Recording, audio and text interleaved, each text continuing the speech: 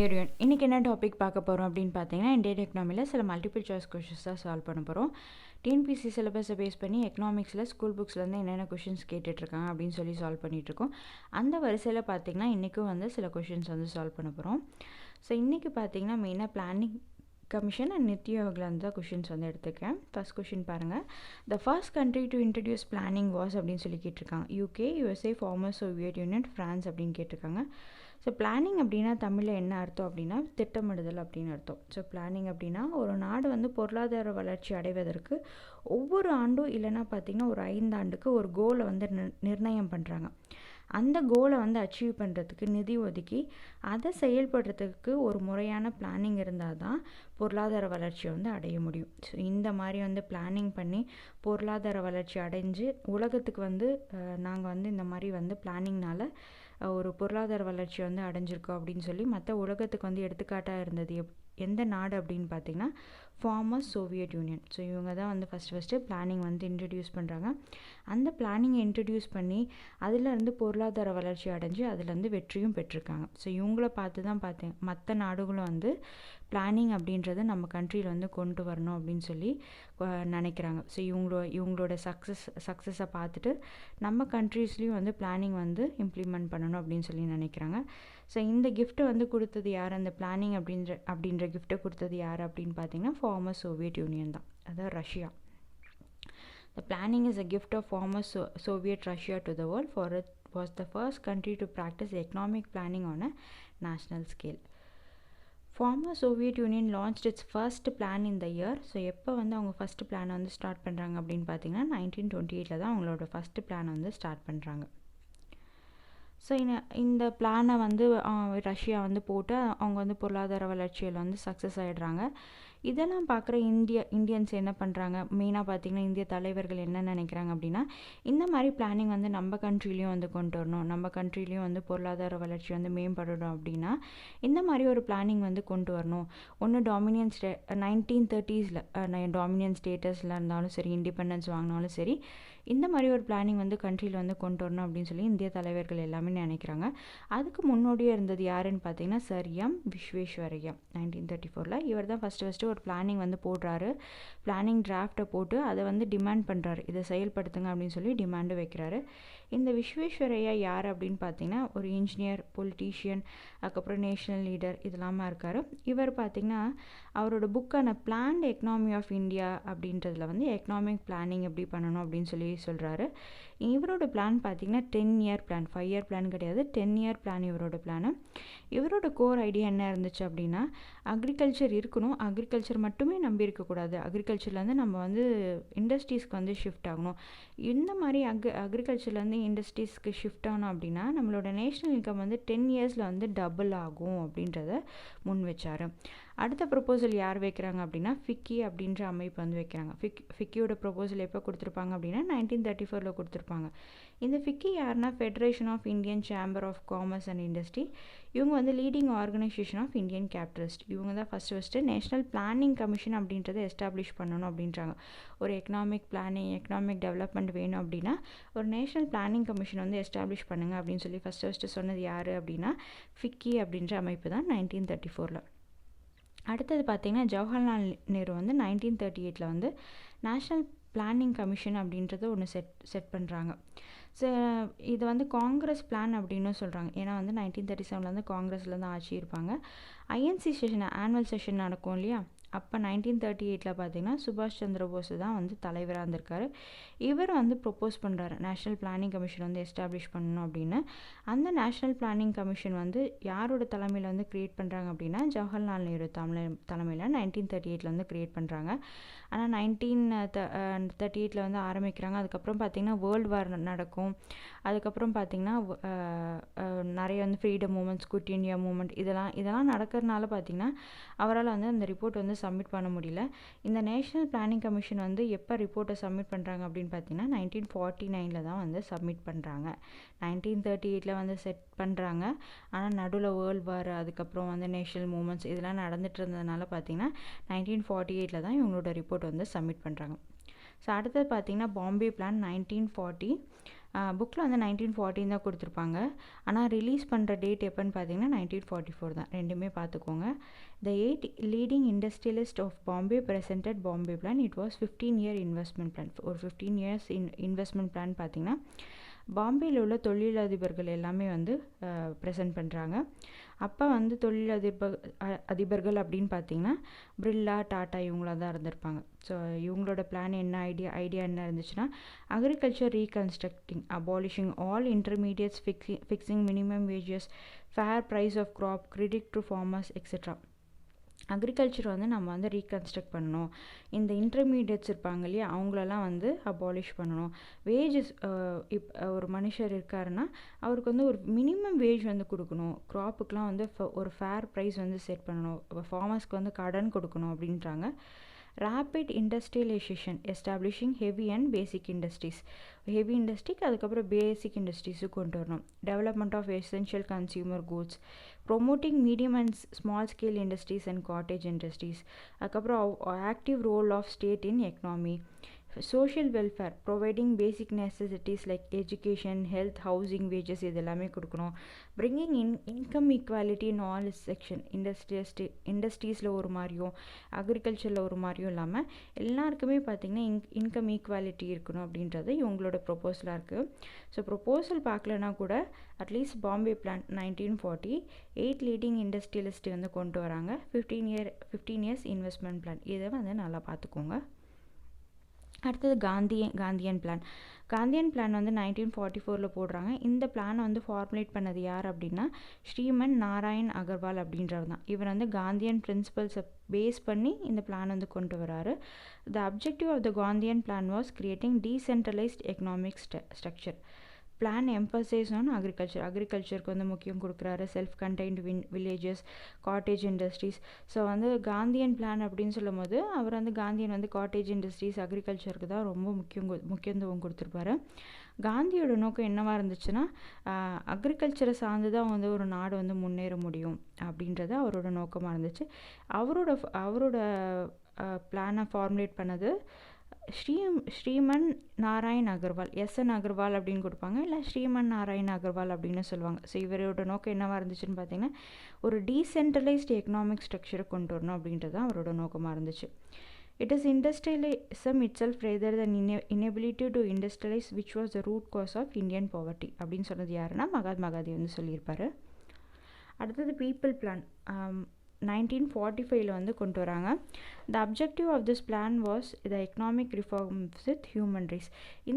இந்த people plan அப்படின்றத யார் கொண்டு வராங்க அப்படின்னா எம்என் ராய். இந்த எம்என் ராய் யார்?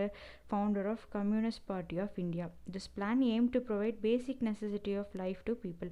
மக்களுக்கு அடிப்படை தேவையை வந்து கொடுக்கணும் அப்படின்னு சொல்கிறது இந்த பிளான் வந்து எய்மாக இருந்துச்சு. It equally emphasised on agriculture and industry. ரெண்டுத்துக்குமே வந்து ஈக்குவலாக எம்பசைஸ் பண்ணுறாங்க. பீப்புள் பிளானோட மெயின் நோக்கம் என்ன அப்படின்னா, வேளாண்மை உற்பத்தி பண்ணுறோம் இல்லையா, அது வேளாண்மை உற்பத்தி பண்ணுறதையும் விநியோகம் பண்ணுவோம் இல்லையா, எல்லாமே வந்து மெக்கனைசேஷன் ஆக்கணும், இயந்திரமயமாக்கணும் அப்படின்றது தான் இவரோட நோக்கமாக இருந்துச்சு. அதுலேருந்து வர ப்ரொடக்ஷன், டிஸ்ட்ரிபியூஷன் எல்லாமே விநியோகம் பண்ணுறது, பொருட்களை வந்து நுகர்வு பண்ணுறது எல்லாமே வந்து அரசே ஏற்று செய்யணும் அப்படின்றத வலியுறுத்தினார். அதாவது பொதுத்துறை கொண்டு வரணும். இந்த மாதிரி பொதுத்துறை கொண்டு வந்தால் தான் மக்கள் சார்ந்த நலன் வந்து கிடைக்கும் அப்படின்றத இவர் வந்து வலியுறுத்தினார். It was aiming at mechanisation of agriculture production and distribution by the state only. So எல்லாம் வேளாண் உற்பத்தி, விநியோகம் எல்லாமே வந்து மெக்கனைசேஷன் ஆக்கணும், இயந்திரமயமாக்கணும். அப்புறம் வந்து அதை வந்து விநியோகம் பண்ணுறது வந்து அரசே பண்ணணும் அப்படின்றத வலியுறுத்தினார். ஸோ மக்கள் சார்ந்த இதாக இருக்கனால இது வந்து பீப்புள்ஸ் பிளான் அப்படின்னு சொல்கிறோம். அடுத்தது சர்வோதயா பிளான் 1950. இதை ஃபார்முலேட் பண்ணுறது யார் அப்படின்னு பார்த்தீங்கன்னா ஜெயபிரகாஷ் நாராயண் அப்படின்றவர் ஃபார்முலேட் பண்ணுறாரு. இவர் பார்த்தீங்கன்னா காந்தியன் ஃபிலோசஃபியை வந்து ஃபாலோ பண்ணுறாரு. இவரோட கான்செப்ட் எதை பேஸ் பண்ணியிருக்கு அப்படின்னு பார்த்தீங்கன்னா வினோபாவை, அதுக்கப்புறம் காந்தியன் டெக்னிக்ஸை பேஸ் பண்ணி ஒரு பிளான் வந்து போடுறாரு. இந்த பிளான், ஸோ காந்தியன் பிளான் அப்படின்றது இருக்கனால agriculture, small scale industries, cottage industries, self Reliance capital and technology, land reforms, self depend villages, இந்த மாதிரி வந்து வில்லேஜஸ் அக்ரிகல்ச்சர் சார்ந்து வந்து கொண்டு வராரு. ஸோ காட்டேஜ் இண்டஸ்ட்ரீஸ் இருக்கணும், self Reliance capital and technology இருக்கணும், லேண்ட் ரிஃபார்ம்ஸ் இருக்கணும், லேண்ட் ரிஃபார்ம்ஸ் பற்றி சொல்லியிருக்காரு. அதுக்கப்புறம் செல்ஃப் டிபெண்ட் வில்லேஜஸ் இருக்கணும். ஸோ இதெல்லாம் வந்து சொல்கிறார். யார் சொல்கிறாரு? சர்வோதயா பிளான் 1950. ஸோ இதை போட்டது யார் அப்படின்னு பார்த்தீங்கன்னா ஜெயபிரகாஷ் நாராயண் அப்படின்றது தான் ஃபார்முலேட் பண்ணுறாரு. Which of the following plan has focused on agriculture and rural economy? So எந்த பிளான் வந்து அக்ரிகல்ச்சர் அண்ட் ரூரல் எக்கனாமியை வந்து பேஸ் பண்ணியிருக்குன்னு பார்த்தீங்கன்னா Gandhian plan. Which plan was aiming at the mechanization of agriculture production and distribution by the state only? So நம்ம இப்போ தான் பார்த்தோம், வேளாண்மை உற்பத்தி மற்றும் விநியோகத்தை வந்து இயந்திரமயமாக்கணும், அந்த வர உற்பத்தியை வந்து அரசை வந்து விநியோகம் பண்ணணும் அப்படின்னு சொன்னது யார் அப்படின்னு பார்த்தீங்கன்னா பீப்புள்ஸ் பிளான். எம்என் ராய் தான் வந்து சொல்லியிருப்பார். அடுத்த கொஷின் பாருங்கள். Arrange the following plans chronological order அப்படின்னு கொடுத்துருக்காங்க. இதுக்கு வந்து நம்ம வந்து இயர் தெரிஞ்சால் தான் வந்து நம்மளால் போட முடியும். விஸ்வேஸ்வரய்யா பிளான் பார்த்திங்கன்னா 1934, அதுக்கப்புறம் வந்து ஜவஹர்லால் நேரு பிளான் பார்த்திங்கன்னா 1938, சர்வோதயா பிளான் வந்து 1950, பீப்புள் பிளான் பார்த்திங்கன்னா 1945 கொண்டு வருவாங்க. ஸோ இந்த மாதிரி ஆர்டர் பண்ணிட்டிங்கன்னா உங்களுக்கு வந்து இயர் தெரிஞ்சிச்சுன்னா அதுக்கப்புறம் வந்து ஆர்டர் வந்து உங்களுக்கு கரெக்டாக தெரியும். அப்போ வந்து D C A B. So இதுதான் உங்களுக்கு கரெக்டான order. M N Roy was associated with Congress plan, people plan, Bombay plan, none of the above அப்படின்னு கொடுத்துருக்காங்க. M N Roy was associated with people's plan. So M N Roy யார்? Founder of communist party. Sarvodaya plan was advocated by Mahatma Gandhi, J.P. Narayan, S.N. Agarwal, M.N. Roy. Sarvodaya plan வந்து advocate பண்ணது யார் அப்படின்னு பார்த்தா JP Narayan, Jayaprakash Narayan அப்படின்றவர் தான் அட்வொகேட் பண்ணியிருப்பார். இவர் வந்து காந்தியன் பிரின்சிபல்ஸ் அண்ட் வினோபாவை வந்து ஃபாலோ பண்ணியிருப்பார். ஸோ எப்போ கொண்டு வருவாங்க? 1950 இந்த பிளான் வந்து கொண்டு வராங்க. Which of the following statements is or correct அப்படின்னு சொல்லி கேட்டிருக்காங்க. M Visvesvaraya made first attempt for economic planning in 1930 through book Planned Economy in India அப்படின்னு சொல்லி கொடுத்துருக்காங்க. ஸோ தப்புங்க, 1934. ஸோ வந்து இந்த ஸ்டேட்மெண்ட் அது தப்பாகுது. இட் வாஸ் 15-year பிளான் அப்படின்னு சொல்கிறாங்க. 15-year பிளான் வந்து கிடையாது, 10-year பிளான். ஸோ இந்த ஸ்டேட்மெண்ட்டு தப்பு. அப்போ ரெண்டுமே தப்பு அப்படின்றதுனால எது கரெக்ட் அப்படின்னு தான் கேட்குறாங்க. ஸோ டி neither 1 nor 2 தான் answer. Planning Commission was set up by a resolution of the India in. So planning commission இதெல்லாம் பார்த்துட்டு அதுக்கப்புறமா இண்டிபெண்டன்ஸ் வாங்கிட்ட பிறகு பிளானிங் கமிஷன் அப்படின்னு சொல்லி ஒன்று செட் பண்ணணும் அப்படின்னு சொல்லி கொண்டு வராங்க. ஒரு ரெசல்யூஷன் மூலமாக தான் வந்து பிளானிங் கமிஷனை வந்து கொண்டு வராங்க. ஸோ எப்போ பிளானிங் கமிஷனை செட் பண்ணுறாங்க அப்படின்னு பார்த்தீங்கன்னா 15 March 1950 தான் செட் பண்ணுறாங்க. Planning commission is not and So Planning Commission is not an constitutional body, extra constitutional body, non-statutory body, advisory body அப்படின்னு கொடுத்துருக்காங்க. பிளானிங் கமிஷன் வந்து கான்ஸ்டியூஷனல் பாடி வந்து கிடையாது. இதுதான் ஆன்சரு. ஒரு அரசியல் சாரா அமைப்பு தான் வந்து பிளானிங் கமிஷன். எக்ஸ்ட்ரா கான்ஸ்டியூஷனல் பாடின்னு கேட்டால் ஆமாம், எக்ஸ்ட்ரா கான்ஸ்டியூஷனல் பாடி, நான் ஸ்டாச்சுரரி பாடி, அட்வைசரி பாடி ஒரு அட்வைஸ் கொடுக்குற பாடியாக தான் இருக்காங்க. எக்ஸிக்யூட்டிவ் பாடியாக இருக்காங்க. எக்ஸிக்யூட்டிவ் பாடியாகவும் பார்த்திங்கன்னா பிளானிங் கமிஷன் வந்து இருக்காங்க. ஸோ கான்ஸ்டியூஷன் பாடி வந்து கிடையாது.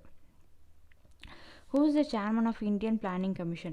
President of India, Prime Minister of India, Finance Minister of India, Vice President of India. So PM தான் பார்த்தீங்கன்னா சேர்மன் ஆஃப் இந்தியன் பிளானிங் கமிஷனாக இருக்கார். Who was the chairman of first planning commission? Jawaharlal Nehru தான் பார்த்தீங்கன்னா first planning கமிஷனோட சேர்மனாக இருப்பார். Who was the first deputy chairman of the planning commission? So first deputy chairman of the planning commission யாருன்னா குல்சாரி லால் நந்தா அப்படின்றவர் தான் deputy chairman of the planning கமிஷனாக இருப்பார். So prime minister is the ex official chairman of the planning commission. இது வந்து தெரிஞ்சிச்சு. சேர்மனாக வந்து prime மினிஸ்டராக இருக்கார். அது கீழே பார்த்தீங்கன்னா டெப்டி சேர்மன் அப்படின்னு சொல்லி பிளானிங் கமிஷனுக்கு வந்து அப்பாயிண்ட் பண்ணுவாங்க. இந்த டெப்டி சேர்மன் யார் வந்து அப்பாயிண்ட் பண்ணுவாங்கன்னா கேபினட் தான் அப்பாயின்மெண்ட் பண்ணுவாங்க. இந்த டெப்டி சேர்மன் யார் அப்படின்னு பார்த்தீங்கன்னா கேபினட் மினிஸ்டர் ரேங்க்கில் இருக்கவரை தான் நம்ம டெப்டி சேர்மனாக வந்து அப்பாயிண்ட் பண்ணுறோம் அப்படின்றத சொல்லியிருக்காங்க. மெயின் அப்ஜெக்டிவ் த பிளானிங் என்னவாக இருந்துச்சுன்னு பார்த்தீங்கன்னா நேஷ்னல் இன்கம்மை இன்க்ரீஸ் பண்ணணும். நம்ம எதுக்கு பொருளாதார வளர்ச்சியை வந்து மேம்படணும் அப்படின்றது தான் பார்த்துட்டே வரும். அதுதான் ரஷ்யாவும் அதை தான் சொல்லியிருப்பாங்க. ஸோ ஃபஸ்ட்டு நேஷ்னல் இன்கம் வந்து ரைஸ் பண்ணணும். இதுதான் வந்து க்ரோத் அப்ஜெக்டிவாக இருக்குது. To increase investment to a certain level with a given time. So ஒரு இன்வெஸ்ட்மெண்ட் இருக்குன்னா அதை வந்து இன்க்ரீஸ் பண்ணணும், ஒரு செர்டைன் லெவலுக்கு ஒரு கிவன் டைமில் வந்து அதை இன்க்ரீஸ் பண்ணணும் அப்படின்னு சொல்கிறாங்க. இன்இக்வாலிட்டிஸை ரெடியூஸ் பண்ணணும், இன்கம் வெல்த் இதெல்லாமே வந்து பார்த்துக்கணும் அப்படின்றாங்க. எம்ப்ளாய்மெண்ட் ஆப்பர்ச்சுனிட்டிஸ், மெயினாக எம்ப்ளாய்மெண்ட் ஆப்பர்ச்சுனிட்டிஸ் வந்து இன்க்ரீஸ் பண்ணணும் அப்படின்றது. அக்ரிகல்ச்சர், மேனுஃபேக்சரிங் இண்டஸ்ட்ரீஸ் இதெல்லாம் வந்து மேம்படணும் அப்படின்றது தான் இந்த பிளானிங்கோட மெயின் அப்ஜெக்டிவ்ஸாக இருந்துச்சு. நேஷ்னல் இன்கம் இன்க்ரீஸ் பண்ணணும், அதுக்கப்புறம் பார்த்திங்கன்னா inequalities, distribution of income wealth இதெல்லாம் பார்க்கணும், எம்ப்ளாய்மெண்ட், அதுக்கப்புறம் வேளாண்மை துறை, அப்புறம் இண்டஸ்ட்ரீஸ் இதெல்லாம் வந்து மேம்படணும் அப்படின்றதெல்லாம் நோக்கமாக இருந்துச்சு. National development council is form to ensure the cooperation of states in the implementation of. So national development council அப்படின்னு சொல்லி ஒன்று அமைச்சிருப்பாங்க. எதுக்காக அப்படின்னு பார்த்தீங்கன்னா, இந்த 5 இயர் பிளான் வந்து அங்கீகாரம் கொடுக்கறது. இந்த 5 இயர் பிளான் வந்து போட்டுருவாங்க. இந்த 5 இயர் பிளானுக்கு வந்து அங்கீகாரம் கொடுக்கறது யார் அப்படின்னு பார்த்தீங்கன்னா நேஷ்னல் டெவலப்மெண்ட் கவுன்சில் தான். ஸோ 5 இயர் பிளானுக்கு தான் இவங்க வந்து அங்கீகாரம் கொடுப்பாங்க. ஸோ அந்த இந்த நேஷ்னல் டெவலப்மெண்ட் கவுன்சிலும் பார்த்திங்கன்னா ஒரு எக்ஸிக்யூட்டிவ் ரெசல்யூஷன் மூலமாக தான் கொண்டு வராங்க. 6 ஆகஸ்ட் 1952 கொண்டு வராங்க. நெய்தர் கான்ஸ்டியூஷனல் பாடி நான் ஸ்டாச்சுட்டரி பாடி. இந்த கம்போசிஷன் எப்படி இருக்கும்னு பார்த்தீங்கன்னா, பிரைம் மினிஸ்டர் ஆஃப் இந்தியா இருப்பார், union minister, chief minister of all states and administration of union territories and members of planning commission. So இந்த மாதிரி தான் கம்போசிஷன் இருக்கும். பிரைம் மினிஸ்டர் இருப்பார், யூனியன் மினிஸ்டர் இருப்பார், chief minister of all state, எல்லா ஸ்டேட்டோட chief minister, union டெரிட்டரிஸோட chief ministers, administrators, அப்புறம் பிளானிங் கமிஷனோட மெம்பர்ஸ் இருக்காங்க. ஏன்னு பார்த்தீங்கன்னா இது எல்லாமே பிளானிங் கமிஷன் ஃபுல்லாகவே வந்து சென்ட்ரல் சார்ந்த விஷயம். சென்ட்ரல் வந்து ஒரு ஃபண்ட் அலோகேட் பண்ணுறாங்க, அவங்க வந்து ஒரு ப்ரொப்போஸ் பண்ணுறாங்க. இதில் வந்து ஸ்டேட்ஸ்க்கு வந்து எந்த ஒரு தலையீடுமே இருக்காது. ஸோ கடைசியாக இந்த என்டிசி அப்படின்றது வந்து chief minister of all states வந்து கொண்டு வராங்க. ஸோ ஸ்டேட்ஸும் வந்து பார்த்து அவங்க அப்ரூவ் பண்ணுற மாதிரி கொண்டு வந்திருக்காங்க. ஸோ இதுதான் அடுத்தது அப்ஜெக்டிவ் பாருங்கள். To secure cooperation of the states in the execution of the plan. ஸ்டேட்ஸுக்கும் வந்து கோஆப்ரேஷன் இருக்கணும், இந்த பிளான் வந்து எக்ஸிக்யூட் பண்ணுறதுக்கு ஸ்டேட்ஸுக்கும் வந்து ஒரு கோஆப்ரேஷன் இருக்கணும் அப்படின்றதுக்காக இருக்குது இந்த என்டிசி வந்து கொண்டு வராங்க. To strengthen and mobilise the effect and resource of the nation in the support of the plan. So எல்லாருமே சேர்ந்து இந்த பிளான் வந்து சப்போர்ட் பண்ணுற மாதிரி கொண்டு வராங்க. To promote common economic policies in all vital spheres and ensure the balanced and rapid development of all parts of the country. So இதுதான் அப்ஜெக்டிவ்ஸாக இருக்குது. வேணால் டேட் பார்த்துக்கோங்க. ரெசல்யூஷன் மூலமாக கொண்டு வராங்க, கான்ஸ்டியூஷன் பாடி கிடையாது, நான் ஸ்டாச்சுட்டரி பாடி கிடையாது. இதில் கம்போசிஷன் பார்த்துக்கோங்க. சேர்மனாக வந்து பிஎம் இருக்கார், union minister, chief minister of all state, administrators of union territories, members of planning commission இதெல்லாம் பார்த்துக்கோங்க. So the draft of 5-year plan of the planning commission was submitted for the approval of the NDC. நான் அதான் சொன்னேன் இல்லையா, என்டிசிக்கு வந்து அப்ரூவலுக்காக அனுப்புவாங்க. பார்லிமெண்ட்டுக்கு போகிறதுக்கு முன்னாடி என்டிசி கிட்ட அப்ரூவல் வாங்கணும். நான் NDC is listed is an advisory body to the planning commission. Planning கமிஷனுக்கு இவங்க வந்து அட்வைசரி பாடியாக இருக்காங்க. இவங்க கொடுக்குற அட்வைஸ் வந்து பைண்டிங் ஆகணும் அப்படின்றது கிடையாது. நாட் பைண்டிங் அப்படின்ற கட்டுப்படணும் அப்படின்றது அர்த்தம். கட்டுப்படணும் அப்படின்றதுக்கு அவசியம் கிடையாது. So thank you friends. இந்த வீடியோ உங்களுக்கு பிடிச்சிருந்தா உங்கள் ஃப்ரெண்ட்ஸோட ஷேர் பண்ணுங்கள், லைக் பண்ணுங்கள், கமெண்ட் பண்ணுங்கள், மறக்காமல் சப்ஸ்கிரைப் பண்ணிவிடுங்க. இதோட தொடர்ச்சியாகவும் நம்ம அடுத்த வீடியோவில் planning commission and NITI Aayog பற்றி தான் பார்க்க போகிறோம். So thank you.